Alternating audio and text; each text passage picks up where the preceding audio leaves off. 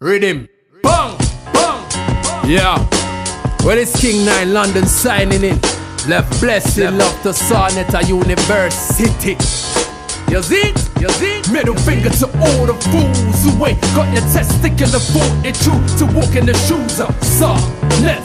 That's what I never did. Sonnet. You never do better. Middle finger to all the fools who ain't got the testicular foot. It's true to walk in the shoes of Sonnet. You can't do Sonnet. Do better. Oh dear, some sissy try run out their mouth. Shook keyboard gangsters better run in the house. We're pointing you out. Name and shame, the exposure. Salute Sonnet who keeps his composure for the people. So spend his time running around getting that information worth hundreds of pounds or thousands. The dead presidents gather around, contribute to the cause and stop being a clown. He's in the hood near you with the cannon to shoot it up. True warrior, his heart don't pump, no fruit punch. Red, black and green for the information on my feet. So don't ever disrespect Sonnet, I beg you please. Humble yourself, give thanks and come in peace. We don't have no love for agents and police. Don't watch Fox News, CNN or BBC. Sonnet of Black News 102 is on repeat. Middle finger to all the fools who ain't got your testicular foot. It's true to walk in the shoes of Sonnet. That's what I never did. Sonnet, you never do better. Middle finger to all the fools who ain't got the testicular foot. It's true to walk in the shoes of Sonnet. You can't do Sonnet. Never do better.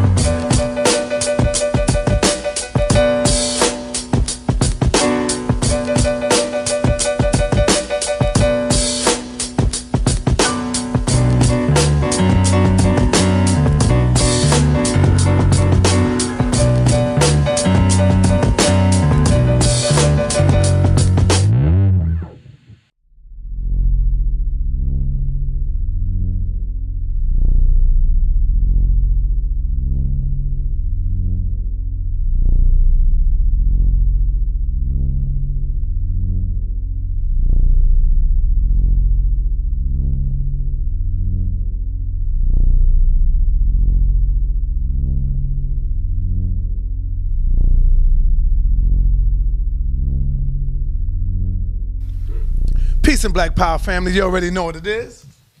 Black News 102. Welcome to another Sonnet TV House of Consciousness production. We are here with two lions right now. We got my brother Zion Lexx in the building, and of course the General Sarasut and Seti, who have laid down a powerful lecture at Nicholas yesterday. The date was January 31st at Nicholas Place. It was powerful, family.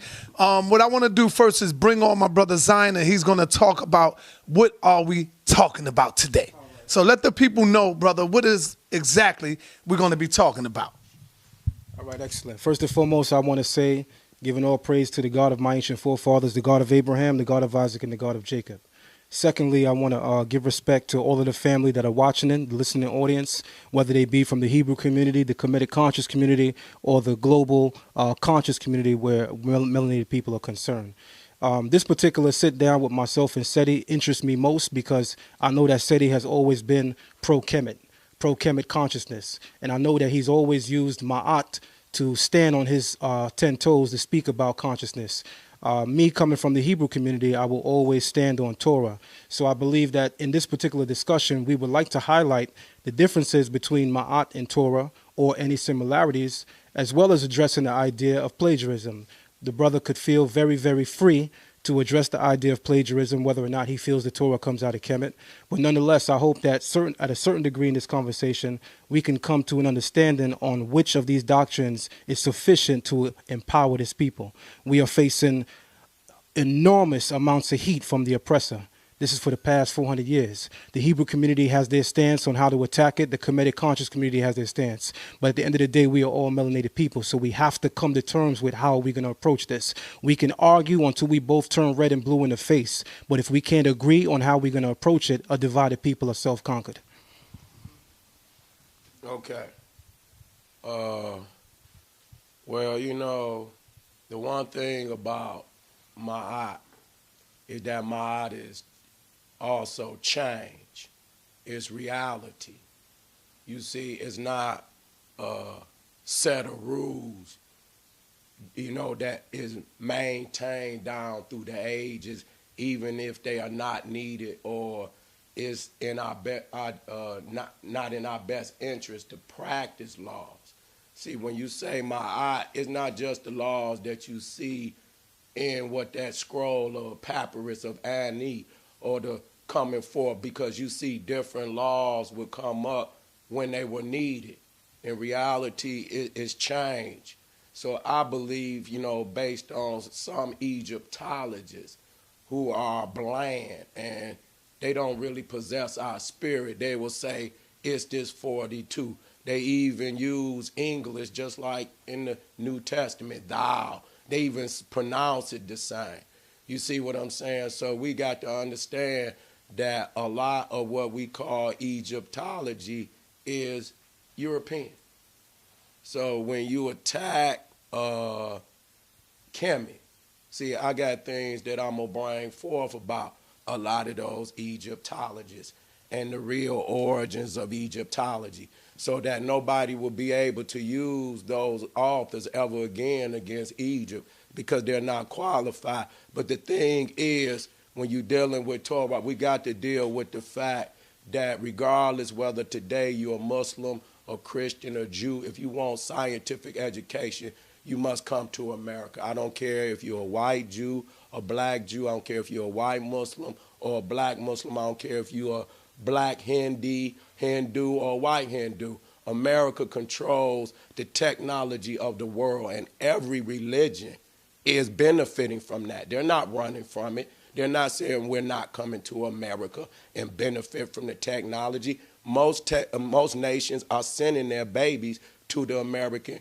university. So in the ancient world, regardless to whether you talk to God, whether you did this, that, and the third, the mechanism of writing and paper and, ink and bringing these books into existence, that technology come from Egypt. That technology, I don't want to talk about what's in the wording. We have to deal with the mechanisms of making a book. So we are clear that the writings, the literature, the apparatus of books were in Africa, in Egypt and Nubia, tens of thousands of years before you can find anything in Israel. Now, geographically, Israel is on the African plate. I showed you that.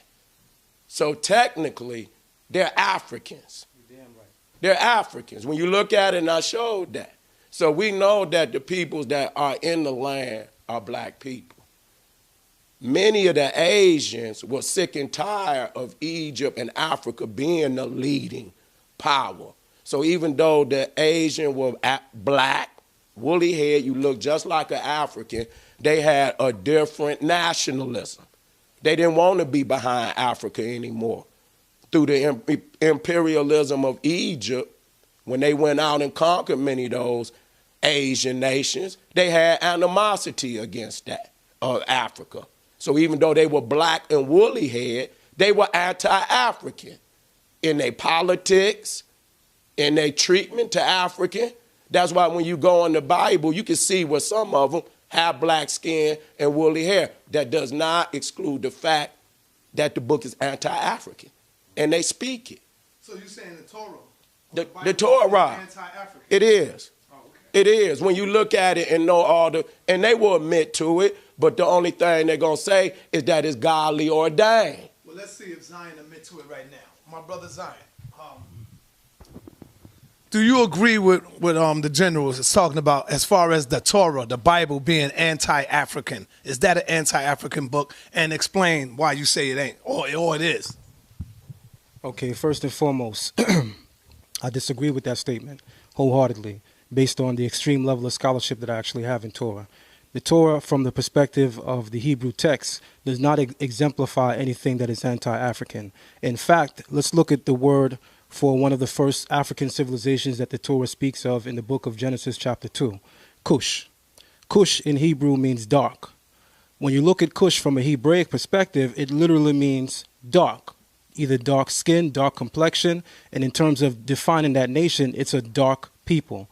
When you go into ancient Kemet, they refer to this people also by the name Kash or Nubia, right? So there's a correlation in that science in the text within itself. Now, Genesis chapter 2 speaks about the first civilizations to emerge, and it begins by defining 4 river points that the Garden of Eden brought forth. And these 4 points connect with what is called modern anthropology today, which is the idea that when we go into Mesopotamia and when we go into ancient Africa, the very first civilizations to emerge in the world were melanated people. And the very first civilizations to emerge in the world were in the Nile Valley as well as the Tigris and the Euphrates Valley. I say that because we have tablets on record in ancient Sumeria which show you 3200 BC. We have tablets on record in ancient Kemet that show you 3100 BC, and some even say further. Nonetheless, you see that both correlate to the same time period. Now, when we start talking about 10,000 BC and 11,000 BC and 12,000 BC, the first thing I want to ask you from a historical point of view is, where's the writing? Because if you don't have writing from the 10,000 BC period, then we cannot deal with recordation in terms of history. When you go into an academic circle, we're dealing with scholarship right now. When you go into an academic circle, the precursor for civilization is writing, because we cannot speak about the historical period unless we have someone who is documenting it. So when we're speaking about the historical period, we need writing that is documented. And as far as we can see in Kemet, the writing that is documented is earliest documented from around 3100 BC. That does not negate the fact that there were civilizations before it, because the Torah agrees with the idea that there were civilizations before 3100 BCE. But we're talking about the ushering in of writing. Now, to finish my point on whether or not the Bible is anti-African, I want to again touch on the word Cush. When we look at the word Cush from a Hebrew perspective, there is actually a deeper science within it. When Moses was credited as marrying an Ethiopian woman, the Torah doesn't call her Ethiopian, which is the Greek term. The Torah uses the Aboriginal term, which is Cush. The numerical value of the word for Cush in Hebrew literally means beautiful of appearance. That shows you what the Hebrews viewed the people of Cush as, their very skin, beautiful in appearance. The Torah is also one of the most ancient records on earth, which speaks about black being beautiful. When you open up the Song of Songs, it says, I am black and deeply desirable. So it speaks about the greatness of color. As far as anti-African, that comes from other Israelite sects. And I'm very curious to hear what Brother Seti would have to go into the Bible to show anti-Africanism. Okay, I'm going to go to Noah, and I'm going to go to his 3 sons. Okay? Now, the first thing we have to understand, that the 3 sons of Noah are the ones that's supposed to populate the world after the flood. Yes, the Bible will go into Ethiopia, but it's clever. It's clever. Yes, it opened up in Ethiopia, but with the flood, they have a mechanism to wash away everything that came before they was on the scene. And so, yes, Ethiopia is the primal spot of the Lord in the beginning, but they immediately, with the flood, washed that away, and the starting point is now Mount Ararat.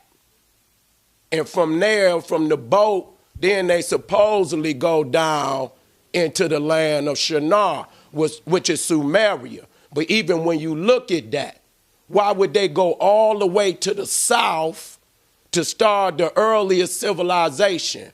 Why would you, if they started at Mount Ararat, you should have seen the northern kingdoms be the earliest kingdom. So why would they come way from Mount Ararat, walk all the way down to the southern tip of Mesopotamia to start civilization? That's fake to me. You see what I'm saying? Because, and then you supposedly got off the boat with 8 people. You got to account for mankind. If flood wash away everything and you got 8 people, it's going to take time to redevelop knowledge. How do you come up off the damn boat in a matter of a year or 2 years? Y'all already building skyscrapers to the damn sky. You come into Egypt and and then another thing, when you look at it, Egypt got a chronology list at Abydos that's 2,000 years, with 76 kings. If it was a flood, and the flood, according to the Jewish Hebrew calendar, was supposed to have been around 2003. This is coming from Jewish calendars, Hebrew calendar. It's around 2300 BCE. So that's within the time frame of the chronology. So if a flood came and washed away everything, you should see a break. There's no break in the chronology. Okay? They're still building great temples under each king. So it ain't just like he a name up under there. It's a temple. And so you got 2,000 years. Ain't no way you going to wash away everything and continue to build on a large scale. You're going to have to redevelop that knowledge. So at what point in time did the flood come? To wash away everything. Because the 76 kings that's on the list, they got a tomb for damn near every last one of them. And they got a pyramid or a temple on a megalithic level. You're not going to come off the boat with 8 people, and then within 2-3, you don't even have enough people to pull the damn blocks. You got to repopulate the earth, if that's the case. And so when you look at this, Ham in the Torah is the father of the African tribe, the father of Cush. And he's cursed because he supposedly saw his father naked on the boat. So they start with the patriarch. So they don't put it on the patriarch Ham. They curse his son, Canaan. Now, I don't know how they knew he was going to have a son named Canaan. He named one Egypt. He didn't get cursed. He named one Ethiopia. He didn't get cursed. So if somebody say, cursed be Canaan, why would the hell he even name one of his sons Canaan? How did they know which one was going to be Canaan? Why wouldn't the first one could have been Canaan? He could have said, well, I'm going to name him Canaan. Or the second one. I'm going to name. So nobody knew which one he was going. So how did they know which one to curse? But they cursed Canaan. So that gave the Jews, the Hebrews, permission to go into Canaan. And we must understand that Ham is Africa. That Canaan is the brother of Cush, the brother of Ethiopia. And God gave the Israelites permission to slaughter many of them. And it's documented. Okay, that's how it's anti-African. Where God can tell you to obliterate everything. Man, woman, and child. Baby. Everything. And these are African. And what it says in the Torah, in one instance, I seen where it said they were peaceable and quiet, for they of Ham had dwelt there of old. So the Torah mentions that many of them wasn't even warlike African tribes. They were peaceable and quiet, for they of Ham had dwelt there of old. And it says that Hezekiah slaughtered them all. Peaceable people, not even warrior people. So once you understand all the players on the board from Egypt, they got Passover, where they celebrate the supposed murder of all the firstborn of Egypt, those who had not put the blood over the door, so that the angel of death would. That's our babies. They celebrating Passover. Why? This God is doing this, not this goddamn smoke in the sky is ordaining these type of murderous holidays. You see what I'm saying? And even though you hear about Ethiopia in the garden, whoop-de-woo, this also in Isaiah where it says that the Ethiopians will be carried off into slavery with their buttocks out and everything in shame. In shame. So at the same time, they do say some good things about Ethiopia. It says some very hideous things about Ethiopia. So we had to put that out there. All right, my brothers, Zion, I hope you took a lot in. I hope you was listening good. That's some powerful point that he made as far as the Passover. When you say that it's not anti-African, but you can celebrate the murder of African children, women, a whole family, and you say you give the credit to your God. So why should we praise a God who have destroyed African villages and homes? I would like to see you wiggle your way up out of this one, brother. Excellent question. And I mean, anybody listening right now could feel the room, could feel the power in the environment. And they also could feel the slithering in the environment because there's a lot of funny business going on right now. Because if we're going to look in the Torah and speak about the celebration of death in terms of African people, first of all, Kemetic people don't represent every single tribe in Africa because there were certainly times in Kemet where Cometians went against Africans as well. Let's look at the Norma palette. What does the Norma? Let me finish, brother. Let me finish. I'm dealing with it right now. I'm not sidetracking. I'm dealing with it perfectly. We allowed him to speak. Let's allow me to speak. The Norma palette celebrates what? The unification between Upper and Lower Egypt. And you see the standard to the right of Narmer himself bears what? The banner of who? The Necharu. That means the gods favored it as well.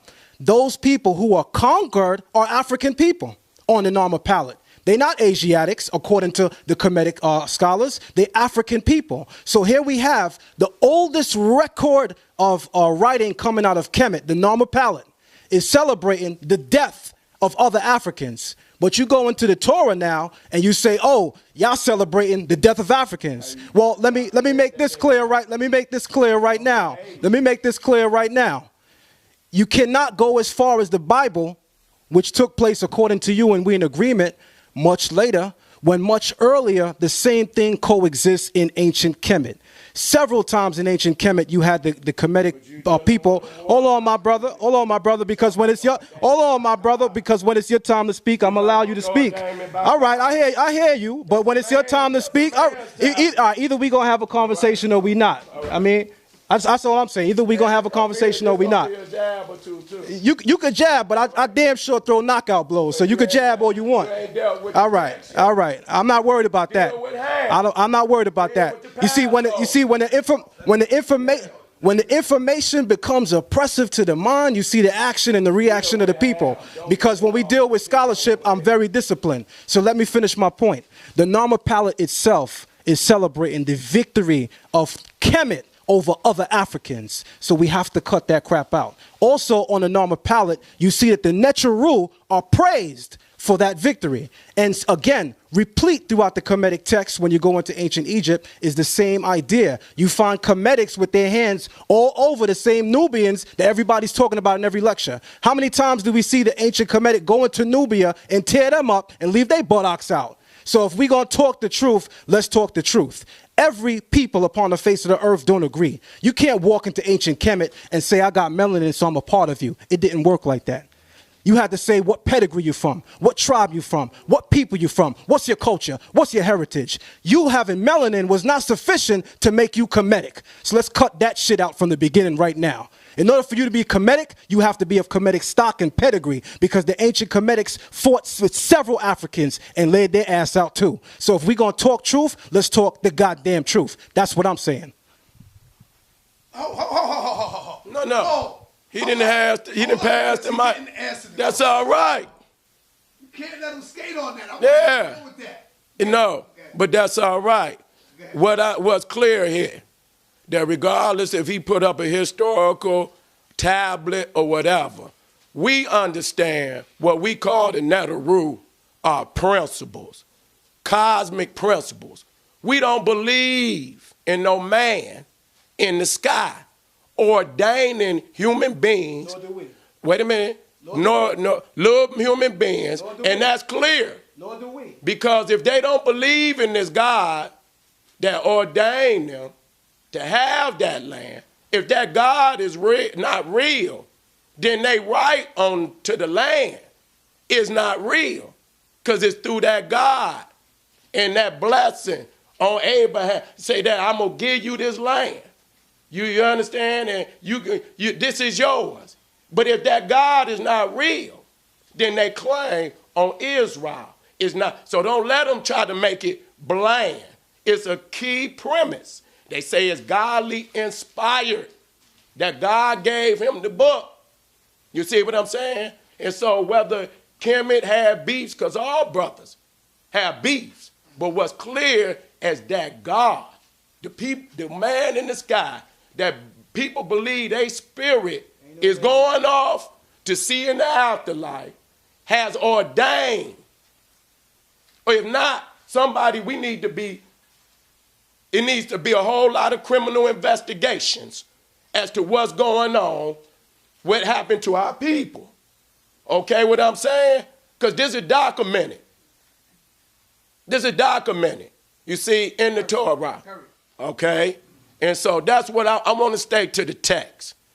Because when I call names, and if Ham is not, I got the, right there from the Hebrew Encyclopedia, they know who he is. As soon as you look up Ham, I got 3, 4 different, they know that he's the patriarch of the African tribe. They say it. Absolutely. So the curse started on the first one. The father get cursed. But they didn't put it on him per se. He put it on Canaan, his son. Now we got to understand, this is Noah's grandson. This ain't just a man that ain't connected. This is grandson. Shem, who's supposed to be the Semitic, who gonna rule over him, that's his uncle. This is supposed to be family, yo. And that's critical too. This is supposed to be family. This ain't just separate. They come from one mama and one daddy. And now you get 3 different races. You see what I'm saying? So if you eat, the only way you gonna produce an Ethiopian is you an Ethiopian. Because that's the top of the food chain. It don't get no blacker than that. So that's the original right there. So, but the key, another thing, I want you to watch this. Another thing while I'm doing the research. When Ham, you got Shem, Ham, and Japheth. Ham children are already nations when the book come open. You see, they never develop. When they speak of Egypt, it's already a nation. They talking about Pharaoh. That's a divine leader over a nation. It's one thing to get a leader, but a divine leader, well, you like the Pope. They looking at you as the religious son of God. So look how much development. But see, it don't show no development. Pharaoh in the first book. It's in the first, already Ethiopia, already a nation. It says the land of Ethiopia. As soon as you open it up, they didn't get no damn nation and damn near into David, Saul. Saul was their first king. That damn near 2,000 years. 2,000. A little bit more than the first king of Israel. We ain't even went into Nubia. You see what I'm saying? So that's ridiculous. That's totally ridiculous. Man, that book is like this. It's skinny. It's like, wait a minute, I'm going to end like this. It's like a big nigga trying to put on the little kid's clothes. The book ain't big enough to explain African history. All right, my brother Zion, I'm going to pass you this mic back, brother, but I want you to deal with that first question that he brought out there as far as the Bible being an anti-African book. And documenting the genocide. Be clear about it. Right. Well, God ordained genocide on the Canaanites. I'm going to let it go. Yeah. It's clear. It's in many, many verses throughout the Bible. Now, Zion, this is what you want, brother. They say be careful what you ask for. You might be in over your head on this one with the general, facing off with the general. So I'm going to give you that mic back, brother, and I would like for you to explain the first one as far as the Bible being anti-African. Talk about when you have your holidays. Do you celebrate the murder of black men, women, and children? Your Passover. Let's deal with that. Real simple. Anybody who actually reads the Tanakh or the Torah, we're talking about a Hebrew text. Pesach in Hebrew is Passover. Passover does not celebrate the murder of Africans. Number one, as far as I remember, the text specifically talks about the Kemetic people and us being in Kemet. It doesn't speak about Africa on a whole. So let's deal with that, number one. Let's not turn the trial and extend it to the globe when we're talking about a specific region. Because if we do that, again, I could take and do the same thing with y'all. So let's make it very clear. The Torah is not celebrating the death of Africans. Why would that make any sense when the brother just correctly stated that Africa the land of Israel sits on the African plate? That's something that we as Israelites acknowledge. We as Israelites acknowledge that Africa sits on that Israel sits on the African plate. So when you try to disassociate Israel with Africa by saying that Israel, although they sit on the African plate, they against Africans, it sounds a bit nonsensical. Because what you're doing is you're saying that we are African, but you're saying we against African. So in essence, you're saying we against ourselves based on what you're saying alone. So let me finish my point. When it comes to the idea of the Torah or the Bible. I don't speak for the Bible, by the way. I speak for the books of Genesis through Malachi. I speak for the Tanakh, the Old Testament. I don't agree with Christianity as introduced by the Eurocentric world. I deal with the foundation, which is the Torah. And again, when we look into the Torah is not celebrating the death. The redemptive process coming out of Kemet does not celebrate the death of the ancient Kemetics or the ancient Kemetic people. We are celebrating our redemption from a place which was a house of slavery to us based on the text of the Torah. That is what we are celebrating. We're not celebrating death. In fact, the Torah says this with regard to Egyptians. You have to consider an Egyptian your brother, for you were strangers in his land. That's in the Torah. The Torah itself says that you must show the Egyptian respect or love because of the fact, as they have pointed out, I've heard Seti on several videos before point out, y'all was in our land. When there was no corn or no goddamn grain growing in the Levant, where did y'all come? Kemet. Okay, so the Torah reminds us of that. You were strangers in their land. They opened their doors to you. As a result, you have to always show love. The beef that the God of Israel has with the people of Kemet is not necessarily the people. It is the doctrine. So hold on, my brother, because either you're going to act like a moderator or a defender. The judge can't play prosecutor. You got to pick sides. All right, you're the judge right now, so you can't be prosecutor. I think he should be allowed to defend himself since they call him the general. All right, he definitely going to ask some questions. Or Devon is going to ask questions on behalf, because I know that he's going to ask questions that's going to speak to the heart of this matter right now. But before I leave this matter, I got to make this absolutely clear. When I go into a place, the very first thing I identify myself as an Israelite. That term for me, what's implicit is the Afrocentric. I understand that perfectly. And real Hebrews say that. My brother Devon Prospect is in the room right now, and he's in Atlanta. There's a group in Atlanta called the RBG Hebrews, the red, the black, and the green. Why they call themselves that? Because they see that there have been several groups of Hebrews that have surfaced in the last 20 years that have tried to disassociate the Hebrews with Africa. So we are reemerging, showing that not only is our culture Afrocentric in origin, but we are also stressing the idea that our practice and our teachings are Afrocentric by virtue of the idea. Look at the birthplace of. Look at the birthplace. The birthplace of the children of Israel is Kemet. That's in the Torah. That's in the Torah. And I'm speaking absolutely truth. Judge can't play prosecutor, my brother. And I'm speaking absolute truth. So what I'm saying is this. When we talk about the practices, let's focus on the practices coming out of Kemet versus the practices coming out the Torah. Because when we want to claim genocide, we can absolutely do that as well. Because certainly there's several cases of Kemet going into Nubia with the idea of genocide. So let's be serious right now. If we're going to talk genocide, let's be objective and fair. Let's not stare the barrel of the cannon on Israel. Let's point it right back on Kemet. I get it, and I'm glad we got the platform to speak on this. I get it, but you gotta, hold on, let me finish. I get it, but you got a tendency to interrogate the Hebrews and leave him open. Why? As far as I know, they call him the general. I don't think he needs your help, because when you're doing that, you make the general look very weak right now. Because I believe that if he calling himself the general, he can handle it. So please don't even make it seem like you had to help him, because that's going to look real bad on who they call the general. That's going to look real bad on who they calling the general. I'm going to make that clear right now. You see me, when it comes to me, I stand on Torah. Devon Prospect in the room, and I don't need Devon Prospect to do what I do. He calls himself General Sarah Sut and Seti. Let the man be a general, sir. Let him do what he do. Go ahead, Jimmy. I'm going to end with this, man, because my voice is getting hoarse. Yeah, I talked a lot, man. And so the documents, we got to stick to the documents. I know what the good brothers are saying. That's in their heart. But what's in the Torah is supposed to be from God.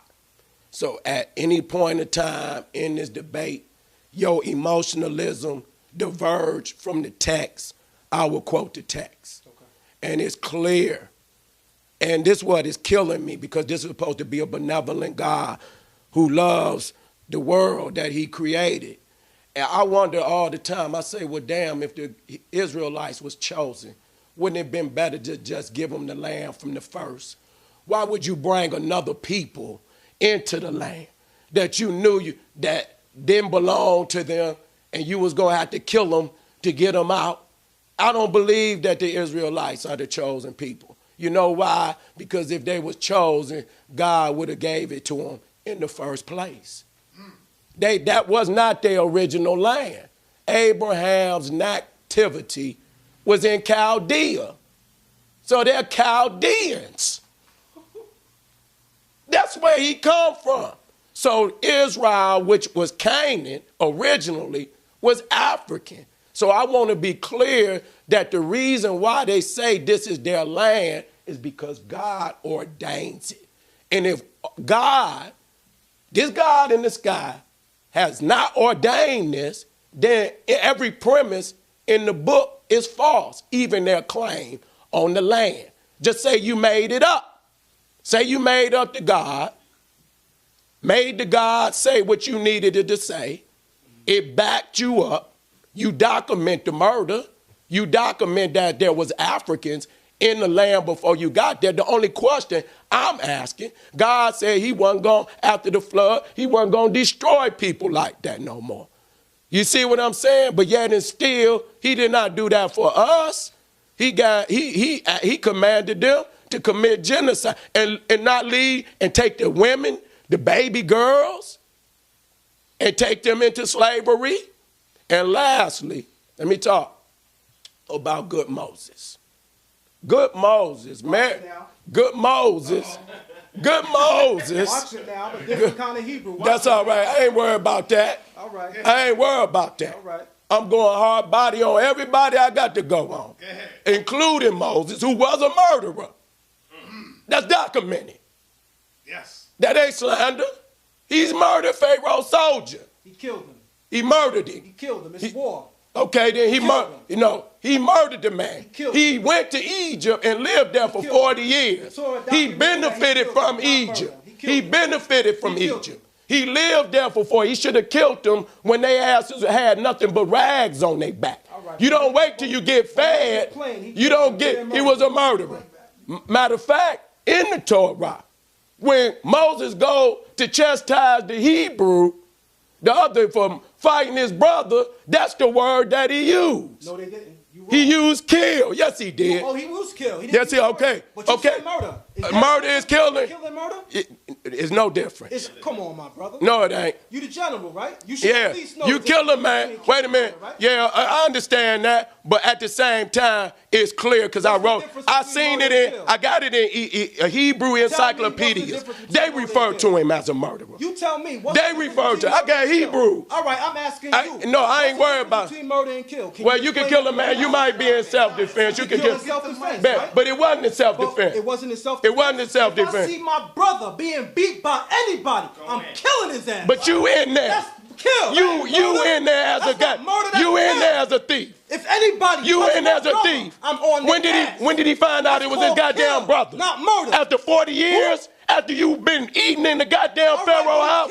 So when he was out there pulling them goddamn, it was all right then. Yeah, so what came into his mind? But it wasn't what came into his mind? What came into his mind? Of the fittest. What came into his mind? He killed them, right? What came into his mind? The Egyptian what God came into his mind? The Hebrew killed them. Did God come into his mind? It's simple. Did God come into his mind? Come on, man. Did God come into his mind? Did the Hebrew kill him? Did God come into his mind and tell him he was a Hebrew? Who did God come into Moses? No, you answer my question. I don't gotta answer your question. Is he a murderer? Buck dancing on the goddamn. No, you buck dancing, nigga. You ain't went to. You ain't went. Easily, I became a nigga now. No, go back to Ham, nigga. No, don't try to. Listen, don't put no energy in this. Answer Ham. Answer Ham. Come out. Answer Ham. You call me your brother. You is and I'm simply You're done. disagreeing with you. And I gotta be a nigga. You can be whatever. That's my option. That's what's up. That's my option.